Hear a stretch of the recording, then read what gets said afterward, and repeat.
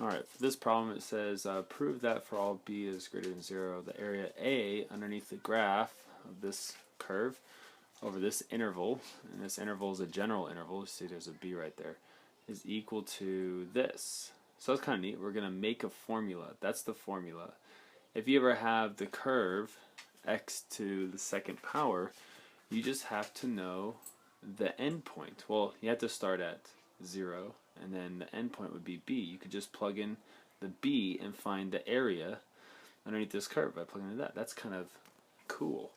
Now, so in order to prove that, we're going to use our Riemann sums. We're going to find r sub n as n goes to infinity, because n represents the number of rectangles, right? But the largest number of rectangles, or the bigger the number of rectangles that we have, the more accurate our area is. And actually, if we take n to infinity, we get an exact area underneath the curve.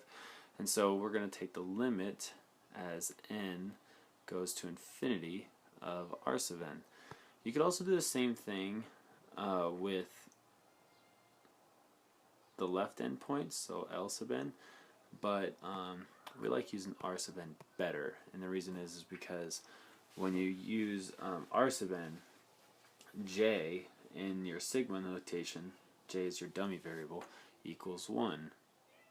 Oh, that's a great sigma.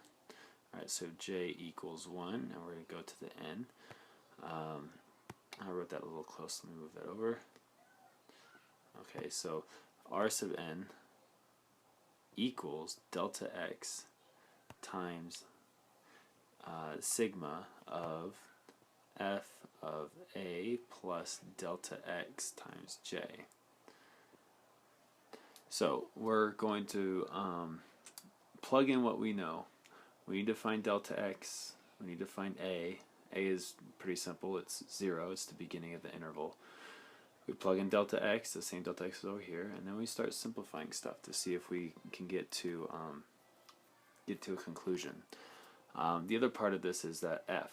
It's kind of like we're plugging it in. It's more like we're taking out this f and we're going to put squared on this.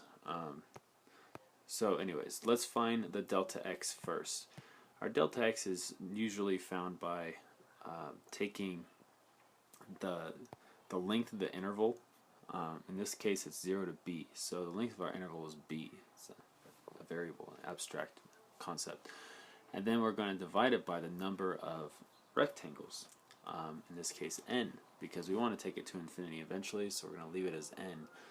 So we write that out. We have b divided by n, and then we have the sigma notation, j equals 1, and then we go all the way to n. Now f is x squared, so we're going to plug something into x squared. That's from the f. Then we have a, which is 0, and we're plugging that into the function. And we're also plugging in delta x, which is b divided by n, and we're multiplying that times j. So I'm going to put j up here with the b. Alright, so this plus 0 doesn't do anything. Next thing I want to do is simplify this a little bit. So this is just b times j divided by n, and we're going to square it. So if we squared this, it would be b to the second power times j to the second power divided by n to the second power. And then we have our sigma stuff right here. That's a j. We have b divided by n. Alright, still simplifying. Now, every time I plug in 1, right here, we're not really affecting b squared divided by n. That's a constant, so we could take the b squared divided by n out to multiply with the other factor that's waiting to multiply to our sum. So then we have this, j equals 1 to the n, we have j squared. Alright, so I wrote this kind of sloppily, but right here you guys see that we have a power sum. So if you remember back to our power sum formulas, which are these are the main ones we're going to use, we have a power sum for when j is squared. I'm going to go ahead and use this formula instead of the more simplified version. Actually, I changed my mind. I am going to use the more simplified version. Alright, so this simplifies first to b to the third power divided by n to the third power. And we're going to multiply that times whatever we get with our sigma. Now that's what we're going to use the formula. So it's n to the third divided by 3 plus n squared divided by 2 plus n divided by 6. I love that the j is just gone now. We just have to deal with b and n.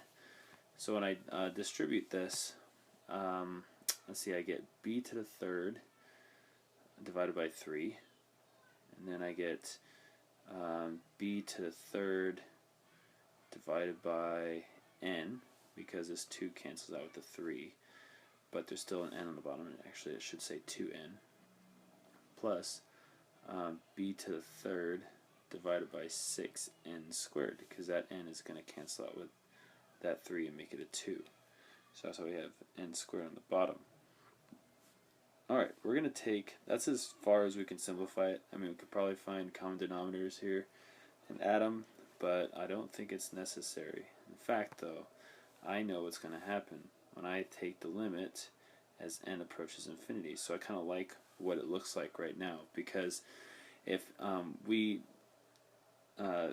conceptually put infinity into the n right here and right here, these go to 0 because the denominator gets infinitely big, and so our answer is b to the third power divided by 3. And so we did that abstractly, but you can definitely do the same thing that we just did, not being abstract. If they give you, I mean, if it wasn't abstract, they'd actually give you a number right here for b, and this might not even be 0, it might be like 1, and so that would change your delta x, which would change everything inside it here, so it wouldn't be so abstract. I hope that helps.